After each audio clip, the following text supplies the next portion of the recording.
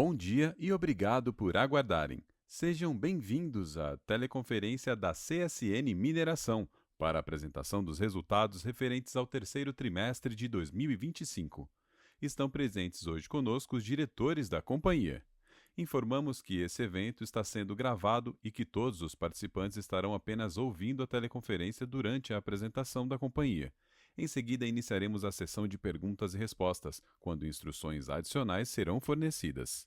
O evento de hoje poderá ser acessado no site de RI da CSN Mineração, em ri.csnmineração.com.br, onde se encontra disponível a apresentação. O replay desse evento estará disponível logo após seu encerramento.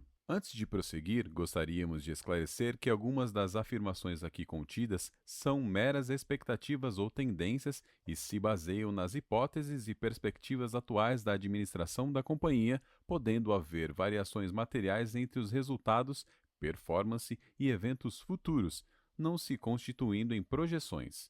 Os resultados reais, desempenho e eventos podem diferir significativamente daqueles expressos ou implicados por essas afirmações, como resultado de diversos fatores, tais como condições gerais e econômicas no Brasil e outros países, níveis de taxa de juros e de câmbio, renegociações futuras ou pré-pagamento de obrigações ou créditos denominados em moeda estrangeira, medidas protecionistas nos Estados Unidos, Brasil e outros países, mudanças em leis e regulamentos e fatores competitivos gerais, em base global, regional ou nacional. Agora, gostaríamos de passar a palavra para o Sr. Pedro Oliva, CFO e Diretor Executivo de Relações com Investidores, que fará a apresentação dos destaques operacionais e financeiros da CSN Mineração no período. Por favor, Sr. Pedro, pode prosseguir.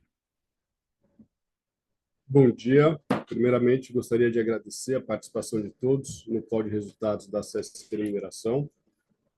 Iniciaremos a apresentação com os destaques do terceiro trimestre de 2025. A Semin alcançou um novo recorde de produção, incluindo compras, com um volume de 11,9 milhões de toneladas, que representa um crescimento de 4,1% comparado com o terceiro trimestre de 2024, e atingiu um novo recorde de vendas de 12,4 milhões de toneladas. Destaco que essa foi a primeira vez que a companhia superou o montante de 12 milhões vendidas em um único trimestre. A empresa segue operando com o C1 abaixo do range de seu guidance. O C1 de $21,1 por tonelada representa um aumento de 1,4% contra o segundo trimestre de 25, mas essa variação é explicada apenas pela apreciação do câmbio. Se expurgarmos o efeito do câmbio no período, o C1 teria sido de $20,3 por tonelada. O EBITDA ajustado no terceiro trimestre de 2025 foi de R$1,991 bilhões, que reflete um crescimento de 57% quando comparado com o trimestre anterior, e de 74,9% quando comparado com o mesmo período do ano anterior. Com esse forte resultado, a margem EBITDA ajustada no terceiro trimestre foi de 45,2% e o lucro líquido de R$695 milhões, 5 vezes superior ao do trimestre anterior. No slide seguinte, apresentamos o volume de produção mais compras de minério da Semin, que alcançou 11,9 milhões de toneladas no terceiro trimestre, um crescimento de 2,8% comparado com o trimestre anterior e 4,1% comparado com o terceiro trimestre de 2024. Esse número é um novo recorde de produção, incluindo compras, e reflete o excelente momento operacional com forte eficiência no modal logístico. Por outro lado, a queda consecutiva nos estoques nos últimos 2 trimestres é consequência do forte volume de vendas no período. Terminamos o trimestre com 3,1 milhões de toneladas em estoque, que significa uma queda de 12,4% em relação ao trimestre anterior. Essa queda de estoques é explicada por esse forte volume de vendas. A companhia atingiu 12,4 milhões de toneladas, um crescimento de 4,3% em relação ao trimestre anterior e 4,8% em relação ao terceiro TRI de 24. Esse número corresponde a um novo recorde, refletindo toda a excelência operacional e otimização logística, com o Tecar alcançando pela primeira vez a marca de 4 milhões de toneladas embarcadas em um único mês, operando inclusive acima da sua capacidade de placa. E a MRS operando com recordes em nossos terminais e viabilizando o escoamento de todo este volume. A receita líquida foi 48,2% superior à do segundo trimestre de 25, impulsionada por volumes recordes de embarques e pela melhora do preço realizado. A receita líquida unitária de 65,7 dólares por tonelada reflete a elevação do preço médio do minério, o menor demérito por qualidade e o impacto positivo gerado pelas cargas expostas a períodos cotacionais futuros. No slide seguinte, detalhamos a realização de preço. A receita líquida unitária no trimestre foi de 65,7 dólares, um crescimento de 13,8 dólares quando comparado com o trimestre anterior. No período, o Platts subiu. Desses 13,8 dólares, o Platts foi responsável por 4,2 dólares de crescimento, mas ele impactou também positivamente a cesta de QPs em 3,7 dólares quando comparado com o trimestre anterior, e impactou positivamente as cargas que tinham exposições a períodos cotacionais futuros, o impacto na realização de preço de 3,9 dólares por tonelada. Quando olhamos o desconto por qualidade, tivemos uma melhora. O desconto foi de 14,1 dólares por tonelada, uma melhora de 1,5 dólares comparado com o trimestre anterior. Já o frete marítimo teve um aumento e ficou em 21,9 dólares, mas a companhia segue tendo uma gestão eficiente no frete e operando abaixo do índice, que é a rota C3 entre Brasil e China. Em relação ao CPV e o EBITDA ajustado, tivemos um crescimento do CPV de 12,8% em relação ao trimestre anterior, que reflete não apenas o maior ritmo de vendas, mas também o maior volume de compras de terceiros e o impacto do aumento do preço do minério no período aplicado sobre esse maior volume de compras. O EBITDA ajustado atingiu 1.991 bilhões de reais, com uma expansão de 57% em relação ao trimestre anterior. Este crescimento é resultado da retomada do preço do minério, somado à melhor performance operacional já registrada na história da companhia, com sólida gestão de custos e despesas, que sempre foi e seguirá sendo uma prioridade do Grupo CSN. Em relação à reconciliação do EBITDA ajustado, partimos de um EBITDA no segundo trimestre de 2025 de 1.268 bilhões de reais para o patamar de 1.991 bilhões de reais. Aqui, a melhora do preço do minério e seu efeito positivo nas cargas expostas a períodos cotacionais futuros foram os principais contribuintes para a forte elevação do EBITDA no período, ajudando a compensar o aumento no frete e o aumento dos custos na compra de minério com aumento de volume e preço do plano. Já os investimentos cresceram 20,6% em relação ao trimestre anterior e 27% quando comparado com o terceiro trimestre de 24, alcançando 603 milhões de reais. O crescimento do CAPEX reflete os esforços para manter o alto nível de execução da operação, que segue batendo recordes, além do avanço nos projetos de expansão, com destaque às obras de infraestrutura da P15.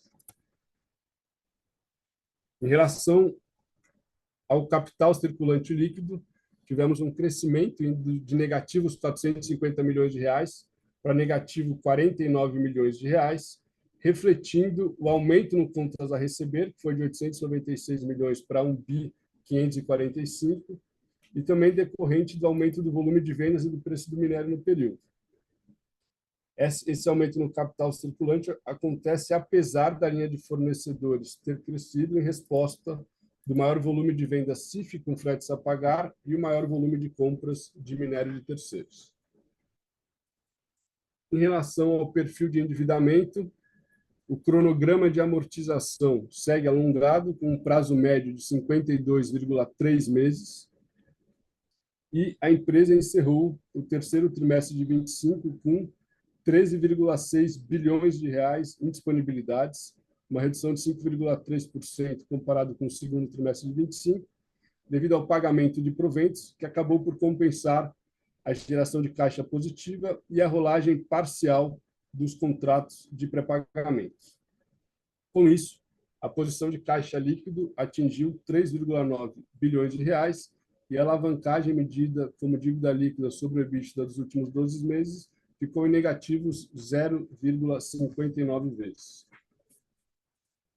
No slide seguinte, apresentamos o build-up do fluxo de caixa ajustado, que foi positivo em 284 milhões de reais, mesmo diante do maior consumo de capital de giro e do aumento do CAPEX, e do impacto negativo das despesas financeiras. Aqui a gente segue tendo o impacto da apreciação do real em relação ao dólar, mas foi um impacto menor do que o que tivemos no primeiro e no segundo trimestre deste ano.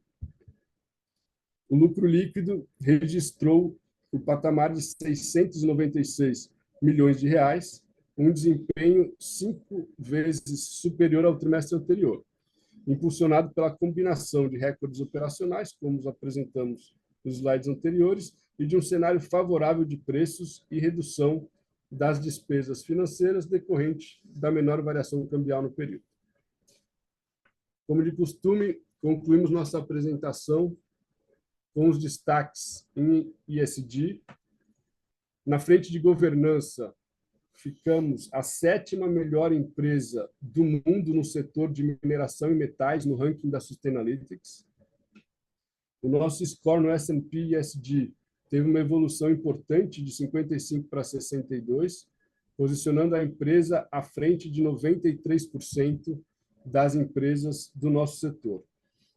Na frente de diversidade, alcançamos 26,2% de mulheres em nossa companhia, superando a meta estabelecida para 2025.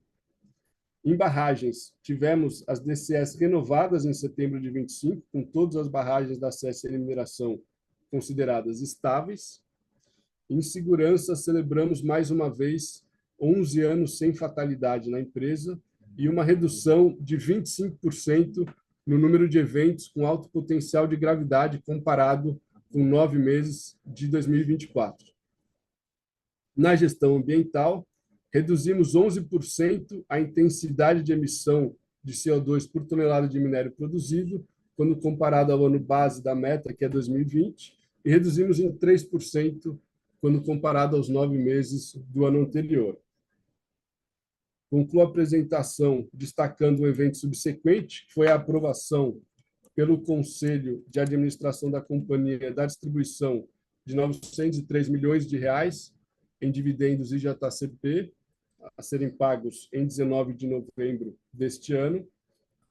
E menciono que estão aqui comigo o senhor Carlos Mello, diretor superintendente, e o senhor Benjamin Steinbrück, presidente do Conselho de Administração, para quem eu passo a palavra para fazer um comentário. Bom dia a todos. Obrigado pela participação no call de resultados da CEMIG. Nós tivemos um trimestre, conforme vocês já analisaram, bastante bom em termos operacionais. Tivemos melhoras praticamente em tudo. Estamos no caminho certo para continuar apresentando esses resultados do ponto de vista operacional. Tivemos a melhoria do preço do minério também, que está se mantendo dentro daquilo que se acreditava que ficaria. E temos também a observação de uma maior demanda por minérios de menor qualidade, que faz com que a gente consiga também desestocar a quantidade que nós tínhamos já operada e que, com essa demanda, faz com que as quantidades sejam praticamente as capacidades nominais do sistema de mina, de ferrovia e de porto. Então, foi um trimestre excepcional. Nossos companheiros todos trabalharam duro e vem aqui o nosso agradecimento a essa disposição de quebrar barreiras e estabelecer recordes. E, graças a Deus, também sem nenhum acidente, mantendo as condições de segurança e trabalho também estáveis. E estamos bastante otimistas para o trimestre futuro. A demanda continua boa, a questão de preço boa, as margens boas. Então, do ponto de vista da CEMIG, acho que tivemos um trimestre muito, muito favorável, quebrando vários recordes, estabelecendo uma boa margem financeira e um bom resultado. Então, basicamente é isso. Passamos para a parte de perguntas e agradeço mais uma vez a participação de todos.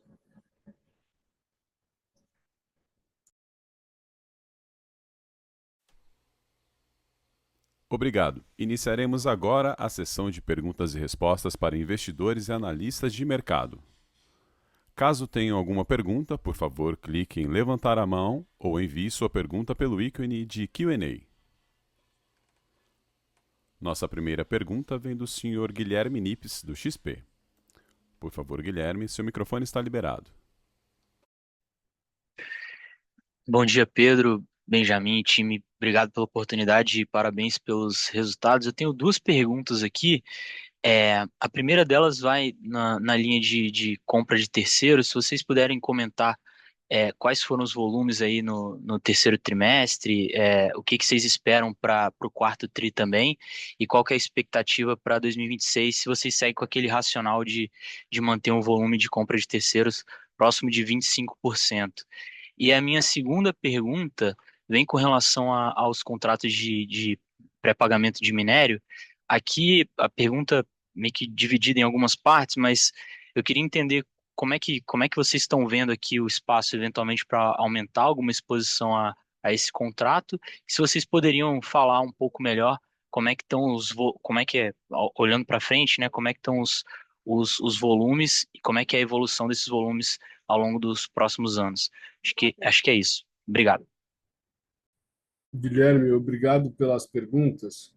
Em relação a compras de terceiros, a gente teve um volume no terceiro trimestre de 3,2 milhões de toneladas, muito próximo dos 3,1 do trimestre anterior. Isso representou 26% do volume de vendas, tá?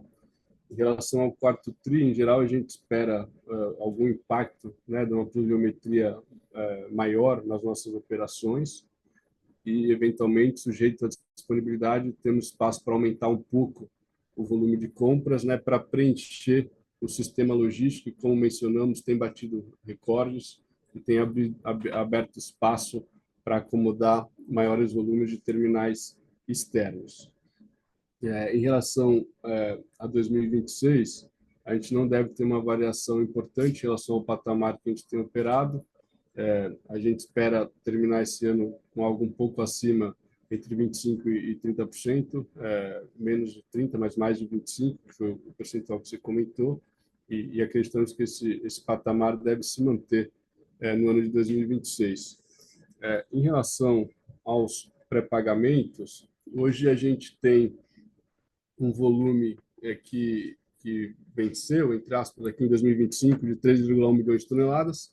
Em 2026, estão previstos 15,48 milhões de toneladas, em 27, 14 milhões, em 28, 12 milhões. E aí, 29 já cai para 6 milhões, um patamar bem mais baixo.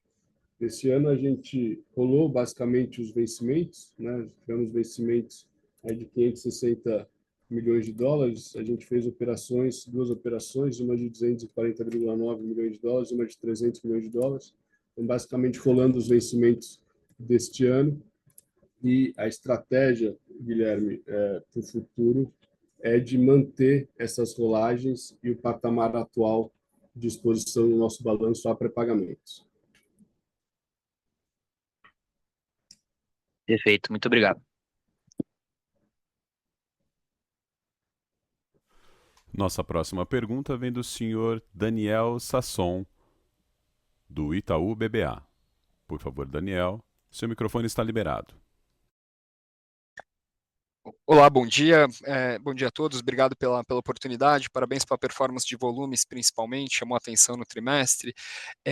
Acho que a minha primeira pergunta, pessoal, vem mais na linha de alocação de capital, né? Se vocês puderem comentar um pouquinho sobre a última revisão, uma atualização do plano de CAPEX para os próximos anos, e talvez aqui principalmente quanto do CAPEX, principalmente de curto prazo, né? De repente 2026 já está contratado, quanto que vocês de repente têm de margem de manobra para dar uma segurada ou postergar um pouquinho para 2027, a depender das condições aqui de preço de minério, só para entender nesse ponto de alocação de capital, né, como vocês balanceiam o investimento na expansão, uma P15 super importante para a sustentabilidade a longo prazo dos negócios da empresa, com o pagamento de dividendos que vocês têm feito de maneira super forte, né, e anunciaram mais agora para o quarto trimestre. E a minha segunda pergunta é, de repente, um pouco mais abrangente, né, talvez falando um pouquinho de oferta e demanda de minério. Acho que o minério de ferro foi uma das commodities que mais surpreendeu positivamente aqui o mercado durante 2025, uma resiliência super alta aí ao redor de $105 nos últimos meses. Olhando para 2026, como vocês esperam, como vocês veem o balanço do mercado, com o Simandou entrando aos pouquinhos, né, começando a rampar, de repente China desacelerando um pouquinho mais, mas o Sudeste Asiático forte, a questão de depletion forte também, acho que isso ajuda a gente a entender as projeções de vocês aí em termos de preços médios e mercado para o ano que vem. Obrigado, pessoal. Sasson, obrigado pelas perguntas. Em relação à alocação de capital, né, desde o IPO da CEMIG, a gente tem dito que a companhia é uma das poucas no mercado que permite a combinação de forte pagamento de dividendos junto com a entrega do seu plano de expansão. Acho que isso é possível por dois fatores, né? O primeiro fator é de onde ela parte em relação ao seu balanço, né, com uma dívida líquida negativa, caixa líquido, e de outro lado a forte geração de caixa de suas operações, né? Acho que felizmente os nossos projetos entregam um retorno bastante atrativo para os nossos acionistas e mantemos hoje o plano de execução dos nossos projetos com prioridade, obviamente, para a P15, né? Todo projeto grande tem seus desafios, mas acho que hoje o target de manter o startup no quarto trimestre de 27 está mantido, tá? Então, em relação à margem de manobra dos pagamentos de dividendos que você comentou, a nossa estratégia é de seguir pagando fortes dividendos ao longo de 26 e nos próximos anos. Em relação à oferta e demanda de minério, assim, de fato, a oferta cresceu um pouco esse ano. Se botar year to date, né, até setembro, cresceu 14 milhões. Desses 14, 12 milhões vieram do Brasil, né? Simandou está realmente se estruturando para fazer o primeiro embarque, e no ano que vem acreditamos que deve responder por algo em torno de 20 milhões de oferta de minério no mercado transoceânico. Do lado da demanda, Sasson, acho que tem dados mistos, né? Eu acho que se por um lado você tem um crescimento dos estoques no exporte chinês nas últimas 9 semanas, é verdade que os estoques ainda estão em 145,4 milhões de toneladas, que é 8,8 milhões de toneladas abaixo do que estava há um ano atrás, né? A utilização dos altos fornos cedeu um pouco nas últimas semanas, mas com 88,6% ainda está, na nossa visão, num patamar saudável e marginalmente também superior ao que era o patamar há um ano atrás, com 88,4% de utilização. E eu acho que, dado essa desaceleração, né, do consumo de aço chinês, a gente tem visto uma válvula de escape que segue sendo as exportações, né? Então, as exportações year-to-date cresceram 14,4 milhões de toneladas, de um patamar já bastante elevado, né? E junto com isso, quando você olha a produção de pig iron, né, que seria uma proxy aqui para a demanda de minério na China, cresceu pelo dado do NBS 1,4 milhões de toneladas. Isso apesar da produção total de aço ter caído 22 milhões. Então, acho que aqui eu volto a destacar essa mudança de mix nas categorias de produção de aço chinês, com os aços planos crescendo na última década de 38% para 52%, e os aços longos, que costumam utilizar mais sucata, fornos elétricos, caindo de 52% para 41%. As margens baixas das siderúrgicas chinesas, né, em média até negativas, têm suportado, como o nosso presidente do conselho mencionou há pouco, a demanda por um minério low grade. E eu destacaria também que a deterioração do minério australiano, inclusive levando à mudança do benchmark do Platts 62 para o Platts 61 a partir do ano que vem, tem impulsionado a demanda por minério brasileiro em função de sua baixa alumina e a necessidade de você corrigir a alumina elevada desse minério australiano, que é muito abundante no mercado transoceânico, para que você consiga operar os altos fornos com um mix mais eficiente. Então, a nossa leitura, Sasson, e acho que no último call de resultados a gente tinha apresentado uma leitura e uma visão de que o preço ficaria aí entre 100 e 110 dólares, que é o que de fato aconteceu, né? E era uma visão que não era o consenso naquele momento, tinha muita gente acreditando que a barreira dos 100 dólares seria cruzada, e hoje a gente volta a estar aqui, né, em mais um call de resultado com Platts a 104,9 dólares, né? Eu destacaria também que a gente tem feito um pouco de hedge nesse patamar para diminuir a volatilidade dos nossos resultados nos próximos meses. Perfeito, super obrigado, Pedro. Valeu. A próxima pergunta vem da senhora Tatiane Candini, do JP Morgan. Por favor, Tatiane, seu microfone está liberado. Bom dia, gente. Muito obrigada por pegar minhas perguntas. Eu queria começar, na verdade, explorando um pouco da parte do CAPEX, né? Eu acho que a gente viu um pouco de aceleração já, como a gente esperava, nesse TRI, mas ainda um pouco abaixo, né, assim, da expectativa, o que levaria talvez um aceleramento mais relevante para o quarto TRI, ou um valor um pouco menor do que a gente esperava para o ano. Eu queria entender, na verdade, o que a gente deveria esperar, se existe alguma revisão em relação ao CAPEX do ano, se a gente deveria esperar algo um pouco menor, e se sim, né, o que levou a esse postergamento, talvez, do CAPEX? Teve alguma alteração de algum projeto, alguma coisa que atrasou? Só para entender um pouco melhor. E aí eu acho que para ir na parte do volume, né, eu acho que obviamente, a gente viu recordes ali de vendas super forte. E aí vocês reforçaram, inclusive, o CAPEX, desculpa, o guidance, só para entender um pouco se existe, né, espaço ainda, vendo a operação de vocês, né, talvez até sem considerar a parte de terceiros, se a gente poderia esperar esse guidance ser excedido, ou se a gente deve considerar ele mesmo no top range. Obrigada. Tatiana, obrigado pelas perguntas. Em relação ao CAPEX, acho que você está correta em prever, né, um crescimento importante no quarto trimestre. Eu acho que, historicamente, a gente tem concentrado o CAPEX Sustaining no terceiro trimestre na companhia, então, em relação ao Sustaining, a gente espera uma redução para o quarto TRI, mas um crescimento importante do CAPEX de expansão, tá? Acho que isso não reflete um atraso, acho que o projeto tem caminhado bem. A P15, a gente está com as obras de infraestrutura bastante avançadas, já contratamos as obras civis. Eu acho que para o ano que vem, que foi até uma pergunta do Sasson, ainda tem parte a ser contratada, que é a montagem eletromecânica, que é uma parte importante também do CAPEX do ano que vem, mas o nosso objetivo é manter o cronograma do projeto, que vai ter um impacto importante para a CEMIG e para o grupo, né, de aumento de EBITDA, uma vez que tenha seu startup iniciado. Em relação aos volumes, a gente tem batido recorde, tem operado acima do que, felizmente, a gente esperava. O nosso guidance é de 42 a 43,5 milhões de toneladas de produção mais compras.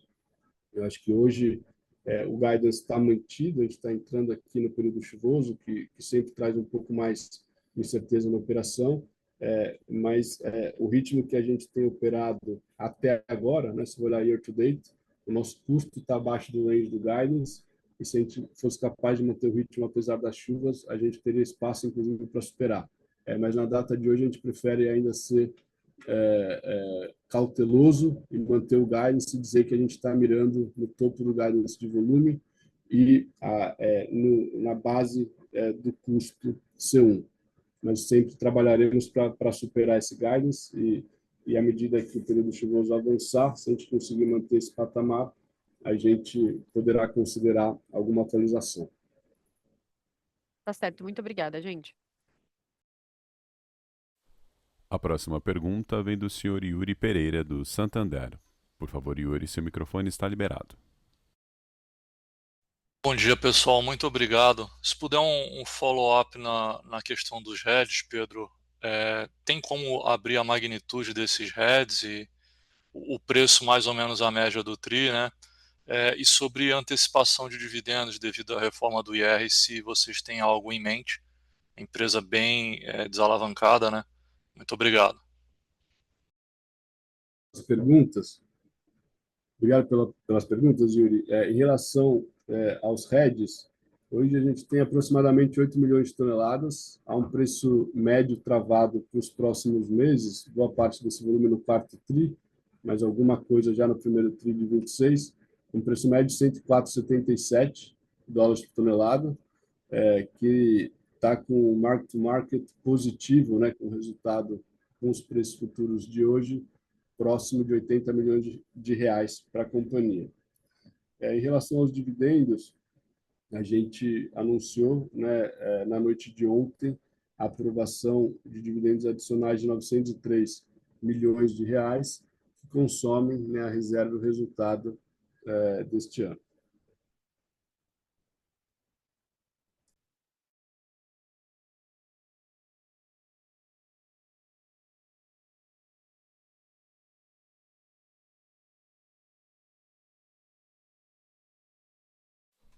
Nossa próxima pergunta vem do senhor Gabriel Barra, do Citi. Por favor, Gabriel, seu microfone está liberado.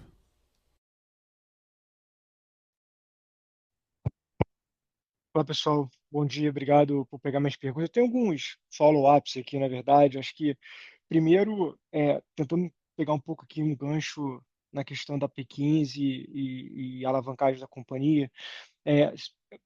Já deram bastante cor, mas se você pegar um pouquinho mais aqui sobre até o processo de ramp-up, como que vocês estão imaginando isso ao longo ali de 28, exatamente quando inicia, e pegar um senso aqui de como que vai ser esse processo. E olhando também na questão da alavancagem, dois pontos aqui, né? Olhando o resto, né, desse investimento da P15, né, tem uma parte relevante aqui do CAPEX para ser feita. A companhia está numa situação de alavancagem super confortável. E aí, olhando nesse ponto, eu queria perguntar duas coisas aqui. Uma em relação a dividendo, né? Acho que vocês falaram já alguma coisa sobre isso, mas colocando no contexto aqui, até numa possível taxação aqui sobre o dividendo, vocês têm reserva de lucro, acho que daria para fazer alguma coisa talvez extraordinária. Eu queria ouvir um pouco de vocês, como vocês pensam sobre isso. E segundo, como que vocês veem a alavancagem da companhia mais no médio longo prazo, né? Onde deveria pensar que a alavancagem da Semin pós ali P15, aonde deveria estar essa alavancagem, onde vocês se sentiriam confortáveis em manter essa alavancagem olhando mais para frente. São esses três pontos aqui, pessoal. Obrigado. Gabriel, obrigado a você pelas perguntas. Em relação ao P15, o ramp-up previsto é de em torno de 12 meses. Então, se a gente começa a rodar ela no final de 27, a gente teria esse ramp-up ao longo de 28 e entraria 29 operando full. Tá? Em relação à alavancagem, acho que realmente a companhia tem sido uma grande pagadora de dividendos. Desde o nosso IPO a gente já pagou 17,46 bilhões de reais, e com a aprovação desses adicionais 900 milhões de ontem, a gente vai superar e se aproximar de 18,3 bilhões de reais. Aqui, Gabriel, a ideia é manter a política de dividendos, distribuir entre 80% a 100% do lucro líquido e utilizar, sim, as reservas para seguir mantendo esse forte patamar de distribuição. Tá? Em relação à alavancagem de médio e longo prazo, acho que, naturalmente, né, à medida que você executa um projeto da magnitude da P15, mantendo a política de distribuição de dividendos, a tendência é que você tenha um crescimento da alavancagem, que, inclusive, a gente considera saudável, né, para ter um pouco mais de tax shield, ter uma estrutura de capital mais eficiente. Eventualmente, essa alavancagem, ao longo do longo prazo, a gente espera que ela volte para um patamar aí próximo a uma vez dívida líquida EBITDA, mas até que a P15 comece a operar, né, você tem um aumento pontual dessa alavancagem, um pouco acima desse patamar. Super claro, pessoal. Obrigado. Nossa próxima pergunta vem do senhor Matheus Moreira, do Bradesco BBI. Por favor, Matheus, seu microfone está liberado. Pessoal, bom dia, tudo bem? Obrigado por pegarem minhas perguntas aqui, parabéns pelos resultados. Duas perguntas aqui, a primeira sobre custo.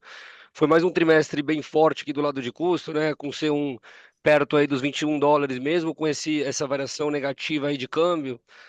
Olhando para frente, né? Eu sei que existem algumas variáveis que vocês não controlam, como o próprio câmbio, mas como podemos pensar em performance de custo, especialmente olhando para 2026?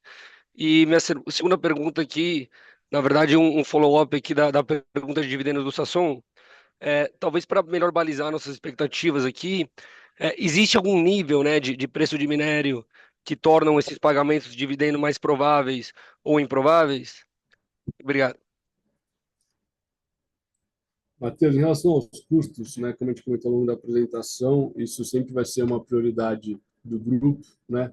Todo ano você tem algum desafio pontual, no ano que vem você vai ter provavelmente uma DMT, o plano de lava ainda está sendo fechado, mas tende a ter uma DMT um pouco maior, né, com um pouco mais de volume de movimentação, mas, por outro lado, uma série de medidas de aumento de eficiência e melhora da performance dos ativos industriais, como os recordes que a gente tem batido e espera seguir batendo ao longo dos próximos meses, suporta também mais diluição de custo fixo e nos ajuda a manter esse C1 num patamar que a gente considera adequado.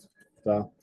Em relação aos dividendos, acho que você fez a pergunta em relação ao preço do minério, né? A gente, como eu tinha dito antes, a gente tem uma visão desse copo meio cheio, né? É curioso que no passado recente, em alguns momentos que o setor enxergou dados mais negativos da China, não necessariamente isso se traduziu em menor preço do minério, muitas vezes foi exatamente o contrário, por esses dados negativos virem junto com o aumento da expectativa de medidas mais firmes do governo chinês para estimular a demanda interna, né? Então, a gente segue com essa leitura, eu diria que é um pouco acima do que seria o consenso do mercado e que tem sido demonstrado ser a correta, né, até agora. E nesse contexto, a gente não tem a perspectiva de mudar a nossa política de distribuir entre 80% e 100% do lucro líquido. Perfeito, super claro, Pedro, obrigado.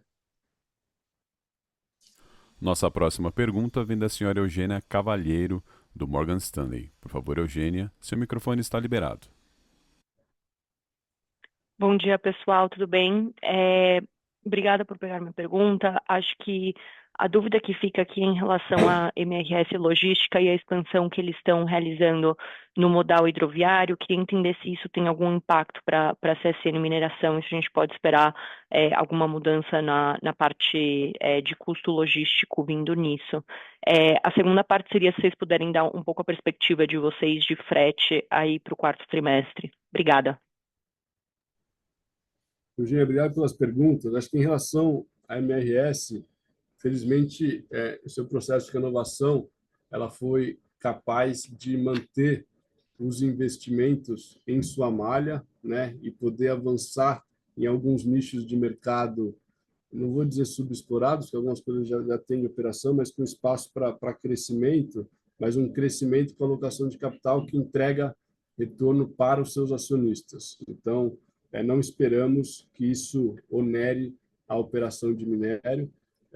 No nosso caso, tem uma mecânica também de precificação que um aumento da eficiência se traduz em tarifas mais competitivas e isso claramente tem sido o caso de nossa operação com os recordes que temos batido. Em relação ao frete, né, a gente tem hoje um spot de 23,16 dólares por tonelada. Eu acho que merece ser comentado que a gente hoje tem um volume por 4 tri de COAs de frete de 3 milhões de toneladas a um custo médio de 20,9 dólares por tonelada, né? Você tem uma tendência no quarto tri, com a entrada das chuvas e algum impacto também em volumes na Austrália, em geral, uma menor demanda por frete, né? E essa tendência desse preço spot ceder um pouco ao longo do quarto e do início do ano de 2026, que é, em geral, os momentos, inclusive, onde a gente busca travar um pouco mais de volume para o ano seguinte, né?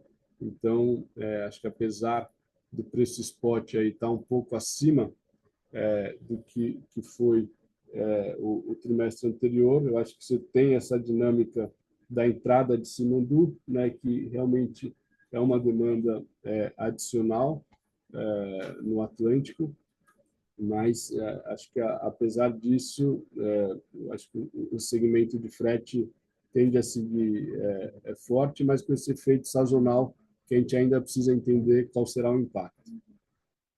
A questão do preço dos combustíveis, né, porque a gente falou aqui dessa questão da demanda por navios, mas a questão dos combustíveis também, obviamente, é um custo importante, né, e felizmente, o custo do barril do petróleo não tem sido um ofensor, né, ao longo do ano, do custo do frete na Rota Sul 3.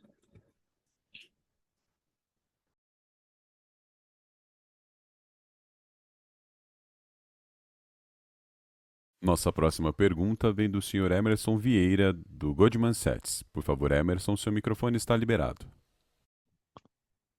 Bom dia, Benjamin, Pedro, time. Obrigado pelo espaço pelas perguntas. Eu tenho duas aqui. Primeiramente, sobre a estratégia de financiamento da companhia, né? Nesse trimestre, a gente viu um leve aumento nas linhas de risco sacado e também a rolagem dos contratos de pré-pagamento de minério, no ambiente em que o mercado de crédito estava mais desafiador, né, por conta desses eventos corporativos que a gente viu.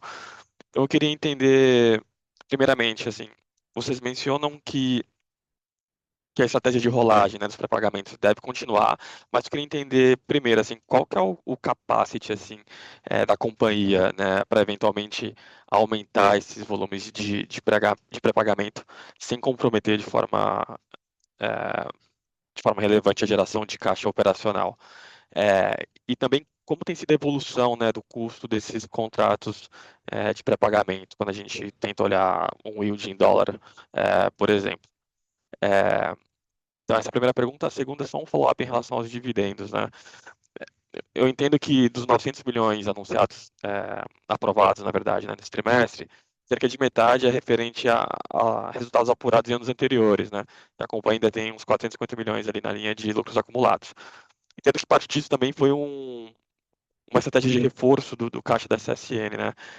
Mas pensando que talvez, né, assim, o pior esteja para trás, olhando o mercado de siderurgia, então provavelmente a necessidade de caixa do lado da CSN seja menor olhando para frente, faz sentido, de fato, pensar dividendos nesses patamares que a gente tem visto? Essa é a dúvida que fica, ainda mais colocando em perspectiva um cenário um pouco mais pessimista, diria, de certa forma, para o ano que vem, olhando o preço de minério. Obrigado, pessoal. Emerson, eu vou começar do final aqui, em relação a esse cenário mais pessimista, né? acho que o mercado tem tido uma visão mais pessimista do nosso mercado de maneira recorrente, né, nos últimos anos, e acho que, felizmente, até aqui, o mercado de minério de ferro tem surpreendido positivamente, né? A gente, de maneira constante, tem tido uma visão marginalmente mais otimista do que o mercado. Isso segue sendo verdade. Isso foi verdade agora no terceiro tri, mais uma vez, né? E, e realmente a gente larga de um balanço desalavancado, né, com uma posição de caixa líquida, que a gente considera subótimo do ponto de vista de tax shield, né, para reduzir o IR a ser pago. Então, a gente acha que a manutenção do pagamento de dividendo combinado com os projetos de expansão vão trazer uma alavancagem para um patamar mais saudável da CEMIG e, portanto, não precisa ter sua política de dividendo alterada, tá? Em relação aos financiamentos, pré-pagamento, que você comentou, os financiamentos dos nossos projetos de expansão, a gente sempre busca um capital de longo prazo, competitivo, né? No caso da P15, que é o nosso principal projeto de expansão, a gente pegou uma linha de 1,4 bilhão de dólares de bancos de desenvolvimento japoneses, liderado pelo JB, que também com o suporte da Nexi. E no caso dos investimentos no porto, né, debêntures de infraestrutura também bastante competitivas. E em relação ao apetite pelo crédito da Semin, segue muito forte. A gente, em relação aos pré-pagamentos, tem recebido demandas de parceiros recorrentes nossos nessas operações, com apetite para fazer mais, inclusive nesse ano, e de outros que nunca fizeram, né, mas que vêm esses nossos parceiros e entram em contato com o desejo de fazer operações com a Semin.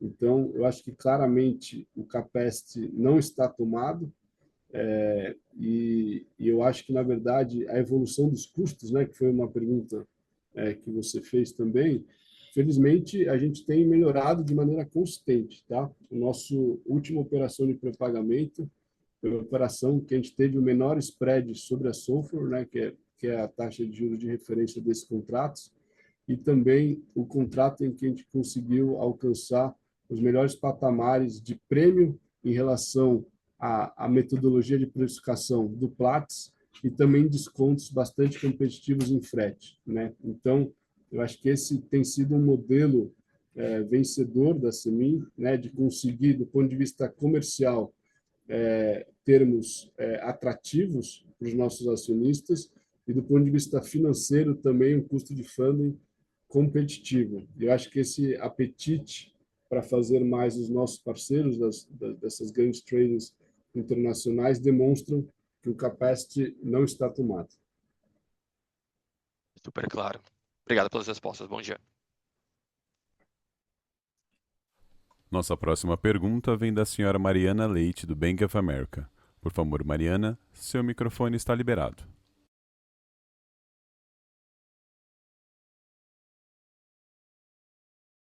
Bom dia, pessoal. Estão me ouvindo? Acho que sim agora, né? Obrigada por pegarem minhas perguntas. A primeira é um follow-up sobre volume. A gente queria saber sobre 2026, se a gente ainda pode pensar num guidance com crescimento de volume versus 2025, e aí como vocês veem o mix de qualidade evoluindo, e aí também quais seriam os principais limitantes para aumentar o volume no ano que vem e o que a gente deveria ficar atento. E a segunda pergunta é mais para pegar uma cor sobre o andamento da P15, se vocês puderem dar um update sobre o status do projeto, detalhar um pouco quais frentes já estão concluídas, quais são os próximos passos e quais são os principais gargalos. Obrigada. Mariana, obrigado pelas perguntas. Em relação ao volume de 2026, né, nosso CSN Day do ano passado, a gente apresentou um target entre 43,5 milhões de toneladas e 47,5 milhões de toneladas. Esse target ele está mantido, né? Isso representa um crescimento em relação ao nosso guidance apresentado em 2025. Em relação ao mix de qualidade, a gente tem implementado algumas iniciativas de estratégias operacionais, né, em relação ao blend do ROM que vai para a planta central, que vai para a planta seca, etc., que a gente espera que tenham uma melhoria e possam se traduzir em deméritos, né, em descontos por qualidade menores no ano que vem. Eu acho que, como a gente comentou aqui ao longo da manhã de hoje, a gente tem visto uma demanda forte, né, para os minérios de menor qualidade e, ao mesmo tempo, um prêmio por essa alumina mais baixa do minério brasileiro. Então, a gente segue com uma leitura positiva, né, dos minérios que a gente tem para ofertar para o mercado e a forte demanda que tem se traduzido para uma maior competição, né, para ter acesso ao nosso minério, que resulta em menores deméritos e, portanto, uma melhor realização de preço para a CEMIG. Em relação ao P15, eu acho que a grande evolução tem sido as obras de infraestrutura, tem caminhado bem. Eu espero que a gente possa organizar no ano que vem um site visit com alguns investidores e analistas para que possam ver, né, essa evolução com os próprios olhos. Acho que as obras civis estão com uma mobilização bastante avançada e devem se iniciar agora. E a montagem eletromecânica e os dutos que vão conectar, né, a planta as plantas ao platô da filtragem, são dois grandes platôs da P15, né, um grande platô onde está a planta de beneficiamento e um platô já mais próximo tanto às áreas de empilhamento quanto ao terminal da MRS para o carregamento do minério. Então, acho que agora as próximas etapas, do ponto de vista de suprimentos, essa contratação da montagem eletromecânica da planta, que deve acontecer ao longo do ano que vem, e também desses dutos que vão conectar esses dois platôs. Super claro, obrigada. Nossa próxima pergunta vem por escrito do Sr. Wilson Hauck, da Valor 1 Capital. E ele diz: considerando o forte lucro e a posição líquida de caixa demonstrada no trimestre, há intenção de revisar ou tornar mais previsível a política de distribuição de dividendos e JCP para os próximos trimestres?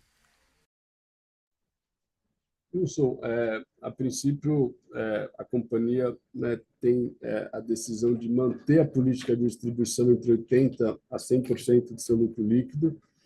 A gente tem mantido isso desde o IPO, né, e tem resultado em fortes distribuições de dividendo, agora com esse dividendo de ontem superando 18 bilhões de reais nos últimos 4 anos.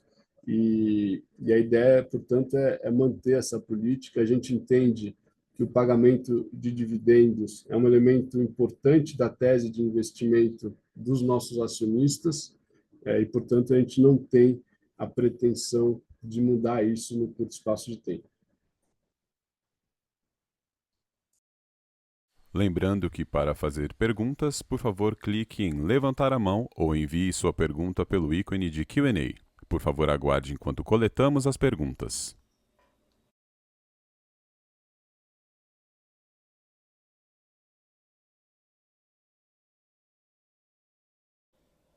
Não havendo mais perguntas, gostaria de passar a palavra para o Sr. Pedro Oliva, CFO e Diretor Executivo de Relações com Investidores, para as considerações finais. Gostaria de agradecer mais uma vez você ter acompanhado o nosso call de resultado, celebrar com cada um dos membros do nosso time os recordes operacionais batidos, né, que a gente sabe que é feito com muita dedicação de todos os nossos membros, e também celebrar essa nova distribuição de dividendos para os nossos acionistas. Bom dia a todos. A teleconferência de resultados da CSN Mineração está encerrada. Tenham um bom dia.